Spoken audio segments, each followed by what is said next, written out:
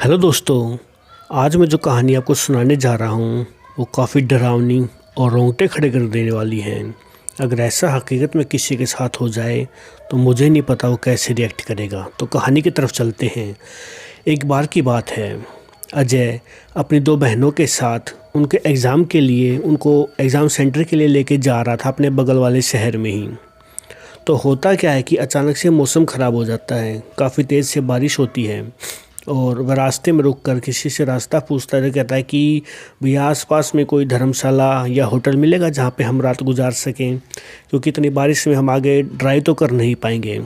तब वहाँ पे जो राहगीर जा रहा था वो उससे कहता है कि बगल में ही एक होटल है, आप वहाँ चले जाओ, देख लो कहीं आपको कोई रूम वगैरह मिल जाए तो। बाकी इस मौसम में आपको मिलना तो मुश्किल है, फिर भी आप देख लीजिए। तो वो सीधा अपने उस होटल की तरफ निकल पड़ते हैं। होटल के जाकर देखते हैं कि मैनेजर आता है और मैनेजर से कहता है कि हमें 2 रूम चाहिए जिसमें मेरी बहनें और मैं रह सकें।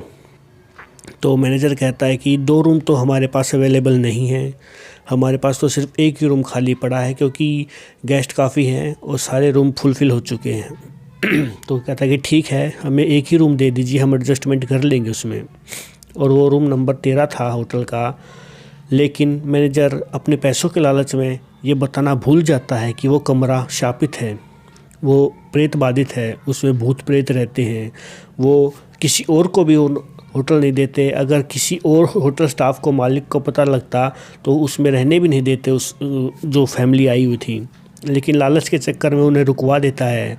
अब दोनों बहनें और भाई फ्रेश होने के लिए रूम में चल पड़ते हैं। तो क्या होता है कि भाई अपने रूम की तरफ जाता है, बाथरूम की तरफ, और फ्रेश वगैरह होकर बाहर निकलता है। तो उसकी जो छोटी बहन थी वो बालकनी में खड़े होकर किसी से बात कर रही थी। तो वो उसका भाई देखता है तो सोचता है हो सकता है अपनी बड़े बहन से बात कर रही हो।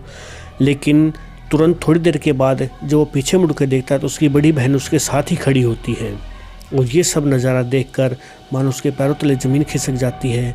और थोड़ी देर के बाद ऐसा भयानक नज़ारा देखने को मिलता है कि बस दोनों भाई बहनों के रोंगटे खड़े हो जाते हैं, उनके पैरों तले से ज़मीन खिसक जाती है। कुछ ही देर के बाद उसकी छोटी बहन बालकनी में किसी से बात कर रही थी, अचानक से उसकी गर्दन टेढ़ी हो जाती है और उसकी गर्दन से खून आता है और लहूलुहान होकर ज़मीन पर गिर जाती है।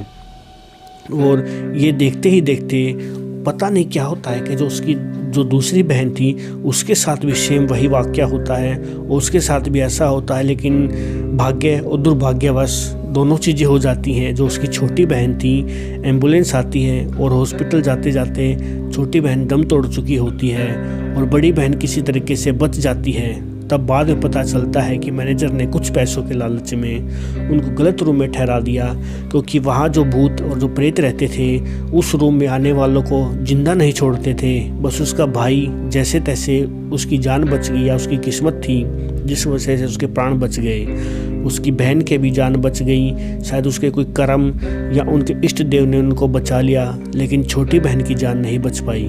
तो दोस्तों, कुछ पैसों के चक्कर में उस मैनेजर ने उस बेचारे भाई की बहन को उससे बिछोड़ दिया। तो दोस्तों, पैसा तो आप बहुत कमा लोगे, लेकिन वो पैसा आपका किसी काम का नहीं है जिससे किसी की जान का खतरा बन जाए।